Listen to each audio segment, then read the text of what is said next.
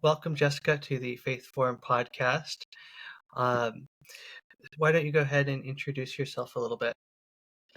I'm Jessica Coss. I am a worship leader. My brother was a worship leader before me, so he is still very much on my text messages a lot when I have questions. We're just a small church of couple hundred here in New Mexico, Hmm. in a ski town actually. So we go from a couple hundred to many more hundreds pretty regularly, especially in the winter. I Okay. also co-founded a nonprofit called Vos Tambien, and we fight human trafficking in Argentina. Um, Hmm. Aforementioned brother is on the ground in Argentina, and I live here in the States, just kind of talking about what we do there and things like that. So we've been there since 2017. So Hmm. yeah, I Okay. have a little bit to do, but Yeah. So, how did you get started with all this? How did you become a youth pastor or worship pastor? as all church member or church leadership knows, I was a youth pastor once too. So, uh, Yes. but now the worship leading, um, I actually told my church like I'm not going to do that. I will get up there, I will play bass, I will sing back up. I might even lead a song, but I don't want to. I don't want to lead people in general. I don't want to do it. And here I am. It's been a couple of years now.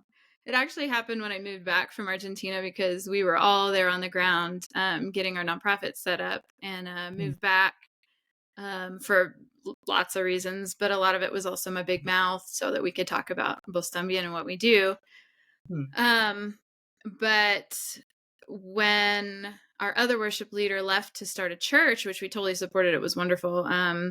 We kind of were floundering. Never had a leader that wasn't a male playing an acoustic guitar.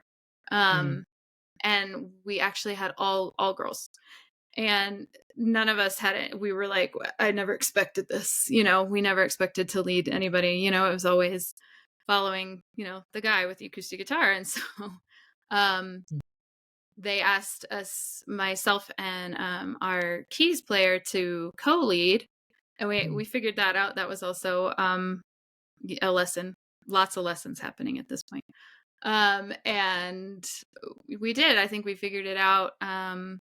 Just different personalities, different ways of doing things. Both of us had been at the church a long time. We were in the youth group, in the youth Hmm. band, and I think with a lot of open communication and a lot of struggles, I think we figured it out. We've been leading together now through COVID. I think that was also a hard time to start, and that was about the time we started. So we've been leading together about 4 years now. Wow. Okay. And your nonprofit, I can't pronounce it. How do you pronounce it? That's fine. It's Vos Tambien. If there are Spanish speakers out there from anywhere else but Argentina, you probably recognize the phrase as "tú también," which means you too, Hmm. or you as well. Okay. Um, and so, how did that come about? Also a good question. The Lord brings me through long, long lessons. Like there's just I don't learn things quickly. So um, Hmm. I learned about human trafficking in 2008. Hmm. I don't know if you remember or knew about Cornerstone. It was sort of like a Christian Woodstock in Illinois. And I Yeah. was 17, 18 years old, and I went with my sister. We had a great time camping in a tent and bathing in a lake and all the things. I would never do that today. That sounds awful, but I loved it at the time.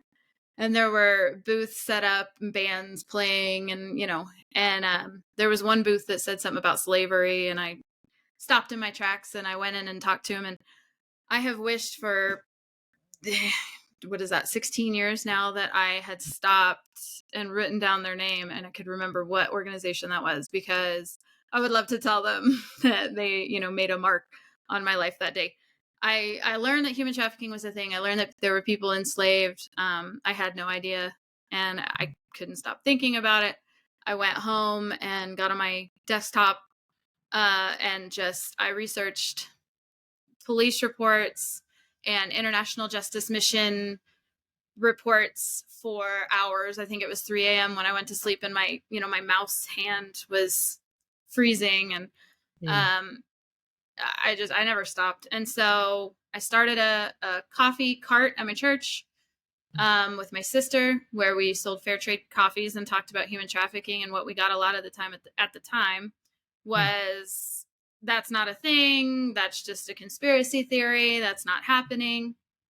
Um, but I've been doing things, been involved with organizations ever since then. And what we get now more often is, how can I help, which is wonderful. Mm. Argentina came about because we were looking through South American countries, Latin American countries, because we had discovered that we live very close to the northernmost base of the Mexican drug cartels. And we had Mm. learned that the drug cartels run people. And so we wanted to know more about that. We looked into that and found out that from where we are all the way down south to Buenos Aires, Argentina, and then all the way back up, there are trade routes for drugs and people. Mm. And so we were like, okay, well, let's get involved in that. That seems like Mm. a place to start. We looked into organizations in all the different major hubs of trafficking throughout South America, and Sao Paulo and Lima and all these places. And we found organizations, great Christian ones. And the plan Mm. was always to join another organization. We never wanted to start our own. So when Mhm. we looked into Buenos Aires, Argentina, we found nothing. It was like crickets. And we Mm. were like, well, I guess that's not where God's calling us. Mm. And lovingly, the Lord tapped us all on the shoulder and looked at us and said, well, maybe, just maybe, something needs to be done there. And I think it was maybe 6 months later, we were on a plane visiting Argentina. We had found a friend who had a friend that was a pastor there. Mm. That was in 2013. And we spent the next several years building up some contacts, some friends over there. And we moved in 2017. And we kind of Who been all moved slowly down plugging there? away since. So who all moved down there? So that was me and my brother and my sister-in-law, my husband, and my son, who at the time when we moved was 3.5. Wow.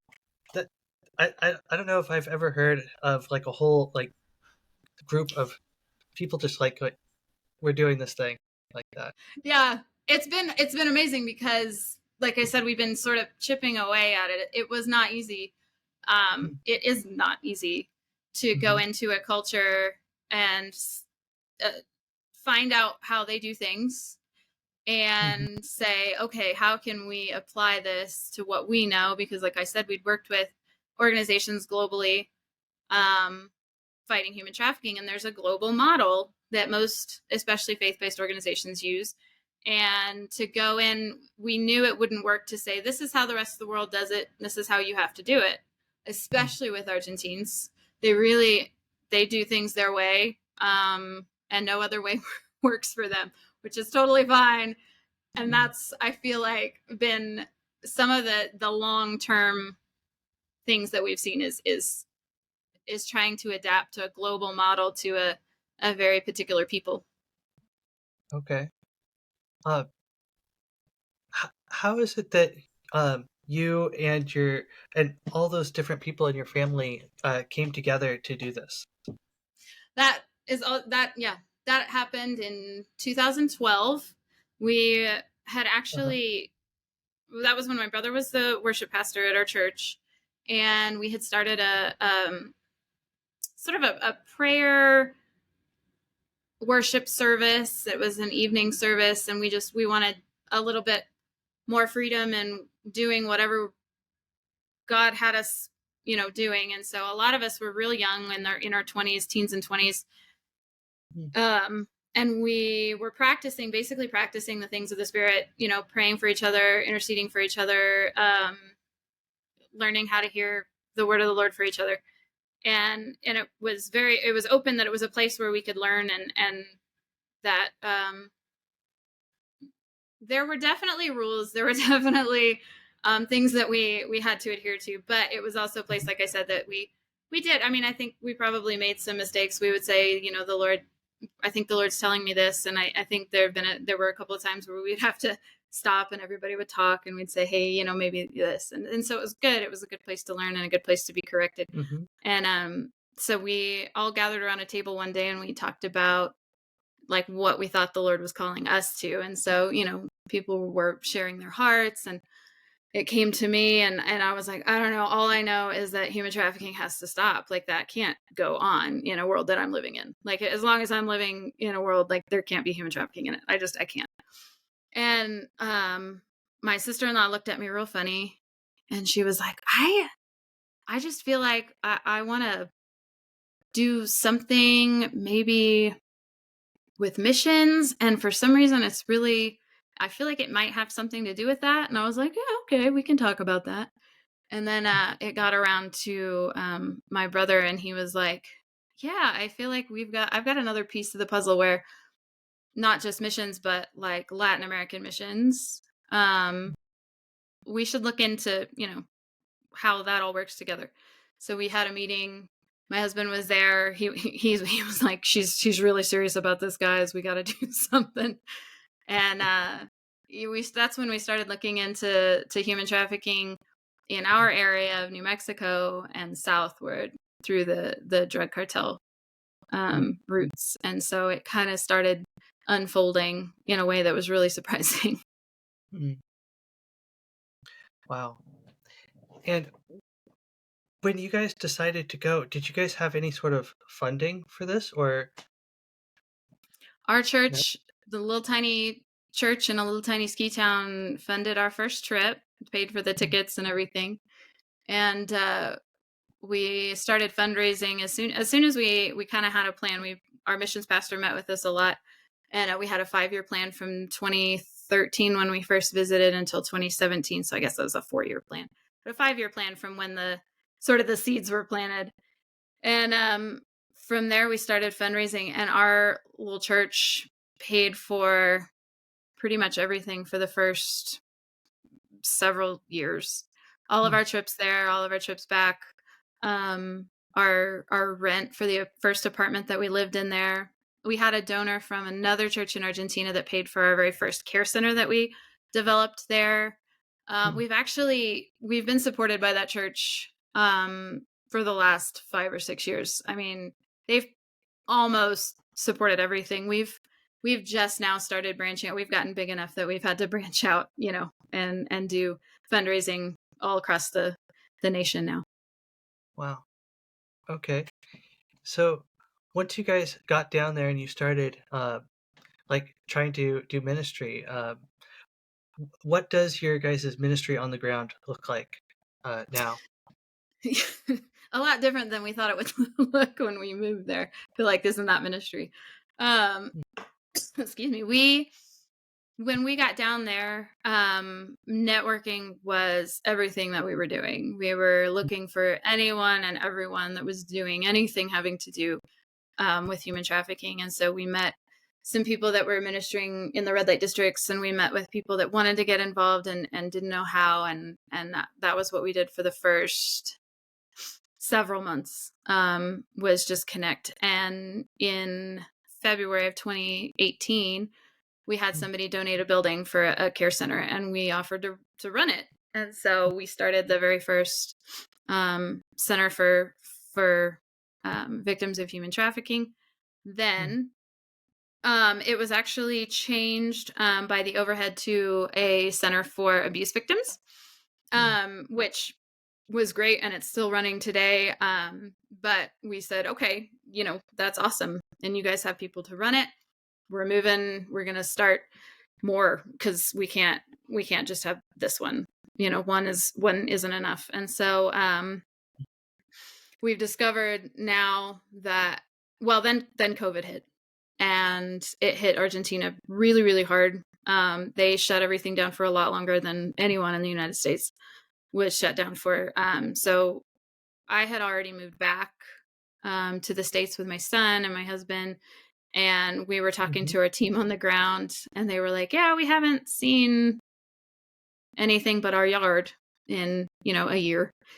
And that was really difficult. But what we found was we were supporting A lot of survivors into finding their own apartments. They were forced into a lot of situations that we weren't positive they were ready for. Mm. But they surprised us. I mean, they always do. Most of our girls found apartments. Most of our girls moved out, and we found out what our job then was more advocacy. We were showing them, this is how you pay your rent on time. This is how you make meals for your family. Mm. This is how you um, join a church online when you can't get there in person. Um, just Mm. kind of life skills and things like that. So when Yeah. that started to ease up, we thought, wow, that worked really well. And so moving women into independence is a lot of what we do. But right now, things have been changing again. We bought our first property. We've been renovating it. And what we've found is a lot of our role right this second is setting up a complete network of Mm. care for women, from prevention, which, obviously we would rather human trafficking never happen. So prevention is hugely important.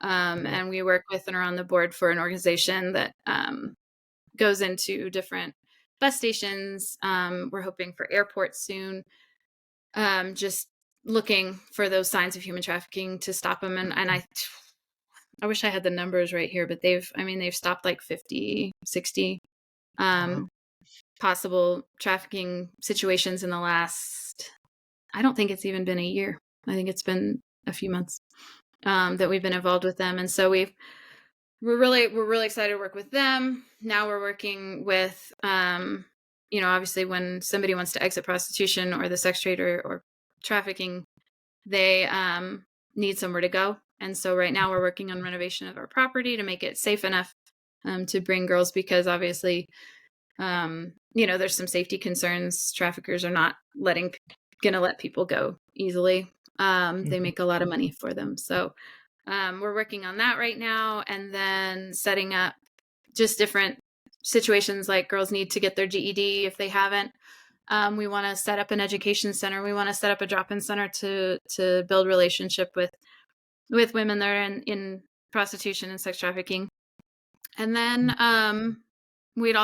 then we've gotten fairly good at the advocacy of going to what, government offices that girls need to get government assistance with their children, because every woman we've worked with has children. Mm. And then, what do they do after they've been in a home, they've gotten that kind of care? How do they move out? And that's Mm. the part that I really love. I love seeing them live independently, Mhm. being able to send their kids to school. Our girls that are thriving are the ones that are living independently. And so setting up a full network of care is a big job, and there are not enough of us right now. Yeah. So you said that they that everyone you guys have worked with so far have had children. Is that normal? It's fairly common globally. It's a situation in which children are bound to come into. Argentina is a country where abortion is legal, and so a lot of our girls actually have come from interventions at abortion clinics there in Argentina.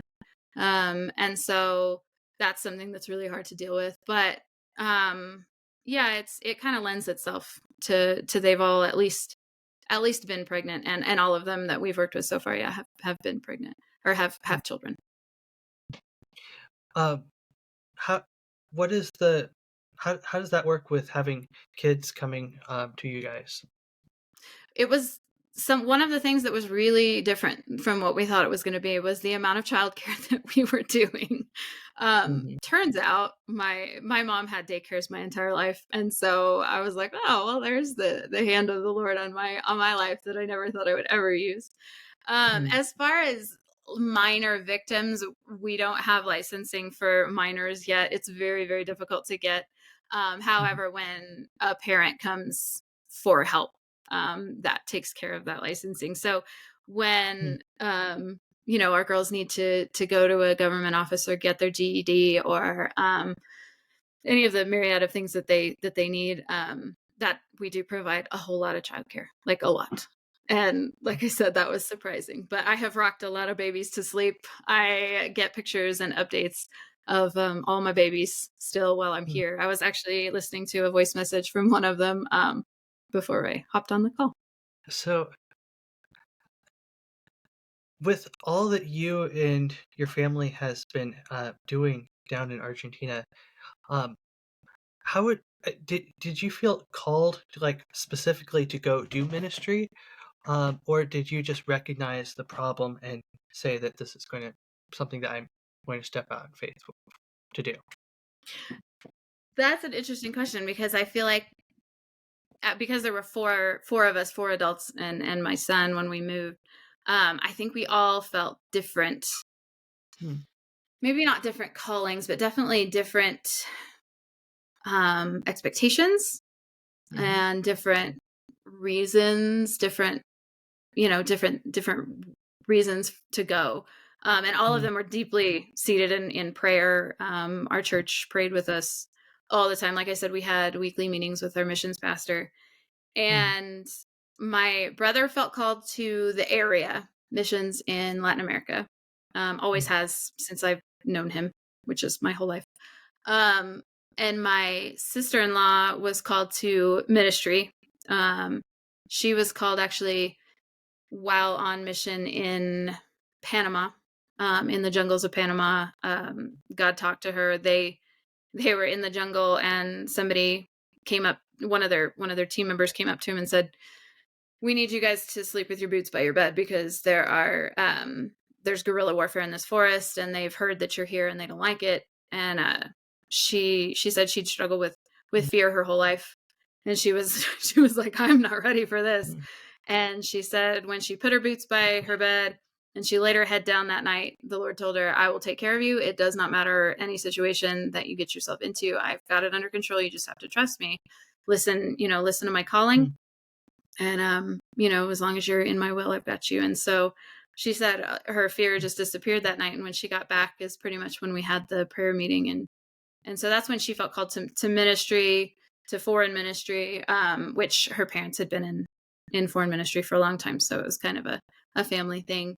And then in my case, yeah, it was just sheer determination of like, I just can't abide that I know this is happening and I'm not doing anything about it. And so I was ready to just be involved in whatever way. And so when we were called to move away from Argentina, it was really hard because it felt like, am I going to still be doing anything about this? Like, this is not how I saw this playing out. But the Lord's been walking me through a season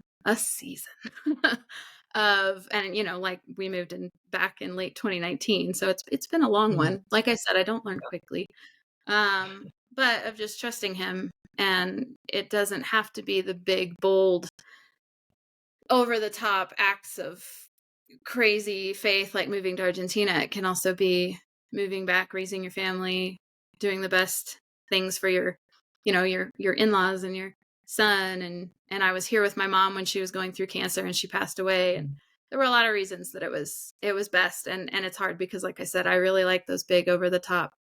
I like everything really big and over the top. So learning that's not necessarily how God always operates, that sometimes the best thing you can do is be with your family. Mm. Yeah. So, with starting your ministry, uh, what are some of the biggest problems that you saw in getting started? When we were first starting and we were still stateside, I think it was one of the blaring things that I remember about that is um talking to people about trafficking and having them not believe that it's happening.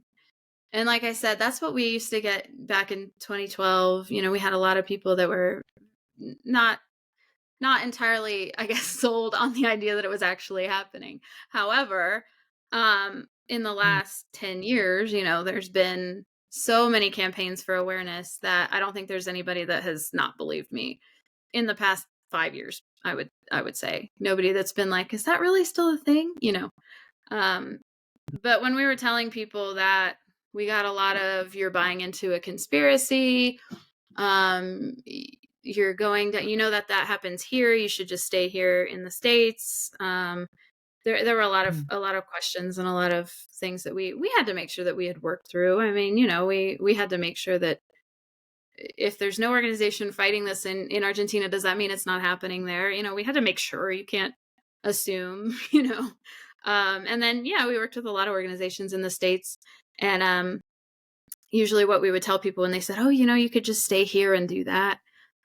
mm, We like to tell them there's so many good organizations working on this here in the States, so many good ones that we've worked with, and we told a lot of people like I can give you so many recommendations of people I've met in person that are doing great work. The problem is there's nobody doing that in Argentina, mm, and so I think yeah, other people was a huge um, hurdle because of their very vocal opposition to what we were doing, both in the church and not. It didn't matter. Just a lot of people really had strong feelings against it. okay. Um, so switching gears a little bit, if Yeah, someone wanted to get involved in this ministry with you guys, is there any opportunities to do that? totally. We accept groups that come down to Argentina and help us with different projects. Like I said, we're going through innovation projects right now. So we have Mhm, groups coming in. Our next one's in April. We have one in September, and we've got availability between then. And we are right there on the other side of our email. We're a very small organization. It's still just me and my brother and my sister-in-law, my husband. We've mhm, hired on a couple of locals, obviously, but it's us on the other side. So our email is info@vostambien.org, and mm, it's me usually. okay. Uh, what do you see the future of this being? I we got a really big donation last month, and we were really excited because it got one of our renovation projects paid for. And my Mm, sister-in-law calls me and she's like, "Jess, we're gonna have to dream bigger." And I was like, "Don't even worry, I got you because that is what I do." Um, I mean, I don't know that I really see our organization being giant global A21 international justice mission, those kinds of big organizations. I would actually really like to keep us in Argentina, in the area. Um, but I'd like to see us flesh out our network of full care. Because I've mm, seen the blood, sweat, and tears we've put into it. I know how hard it is, and I know how hard it's going to be to keep it going. And mhm, so, if we can keep a steady presence in Argentina that anyone in the sex trade will just know, they're like, oh girl, if you're struggling, you gotta talk to these people that I saw wherever. mm, They will love you, they will not leave you. Consistency is absolutely the key. And so being a stable and consistent name in the area, in Argentina, um, yeah, maybe Brazil, Paraguay, places like that where we see a lot of our girls coming from. But mm, just yeah, to be able to look in 30, 40 years and say we're still here. These girls still trust us. There's probably, I would like there to be more of us. I'd like there to be more centers. I'd like there to be more prevention. But to be able to say that we're still here, that we're still um that we're still taking care of people, that we haven't gone anywhere, because that's what most of the first few survivors that we accepted, they told us, so many people say they want to help and then they disappear and we don't know where they went. And so we go back to mm, what we were doing before. To hear, I mean, I got a text from one of our girls yesterday um, mm, that said something to the effect of, and translating from Spanish to English and then remembering it is not my forte, but something to the effect of you guys just never left me, and I'll never be able to repay you, and I'm grateful. And so that's, yeah, consistency. I want to be there. I want to still be there. okay. Yeah. Um, now, if someone is looking to start a nonprofit ministry um, like that, um, what are some resources or recommendations or books that you would recommend to them? we did it all the wrong way. So not the wrong way. That's not the word. We did it the hard way. I think the stubborn way, maybe. Yeah. Um, I would definitely say make a lot of friends. That's one thing we definitely did right. Make a lot of friends in the nonprofit realm. Mm, No matter what their nonprofit is, there's help there. Um, Getting to know different organizations, getting to know different people, places, and if you think you're going to start a nonprofit that you don't have to talk to people all the time, you're mm, dreaming. Like it's talking and reaching out and getting to know people all the time. And yeah, that can be kind of tiring, mm, but it's the way you get started. We did read several books, but I the adult ADHD is really strong here, and I don't. If I'm honest, I don't remember any of them. We had the God Ask was one, but that mm, was about just fundraising in general. Um, yeah, what we did was just we.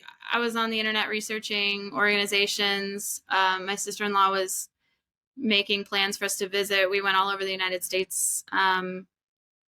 And beyond, looking for just organizations, anybody that would listen to us. Really, we were like, are you know, do you have time to talk to us? We'll go to you. Um, we'll call you. We'll now with Zoom being so prevalent, that's been wonderful because there's a lot mm, less red eye flights. But just talking all the time, just getting to know everybody that you can, anybody that'll talk to you, because they won't all talk to you. And that's mhm. okay. Yeah. Okay. So, is there any questions that I should be asking that I haven't asked yet? I was thinking earlier, I was like, I should know what I'm going to be asked and how to answer it. But you know what? I'm going to wing it. This is how I'm feeling today. Okay. Um, I mean, no, I mean, I'm sure as you can tell, I would talk about what we're doing in Argentina all day long. But Mm, I think what it comes down to is we like people to know what we're doing so that if there's any reason that they wanted to do something similar that we maybe could be helpful because that's another thing when we were starting that was really difficult was and I don't know if this is all nonprofits or if it's just anti-trafficking because of the way they have to protect their clients, protect the survivors, but not very many people would talk to us at the beginning. We mm, were like, I just want to learn more about this. I want to see what I want to know what you guys do, and a very few of them would return our calls and our emails, and we want to be the people that will return your call. We'll email you. We'll let you know what we know. We want to be really open about it to an extent. Obviously, we still have those same precautions for our survivors, but um, it was really disheartening at the mm. beginning to reach out to so many people and just never get an answer. And so Yeah. yeah, we want to not be that. Mm. All right. Well, thank you, Jessica. And if anyone wants to get involved or donate or reach out in any other way, remind me, what would be the best way to do that? So our website is vostambien.org. That's VOSTAMBIEN.org. Mm. And you can find us. Like I said, I do the website. We're very small. So any of those emails go straight to me or my brother. All right. Well, thank you, Jessica, for coming on the podcast, and glad we could finally connect. Yeah, thank you for having me.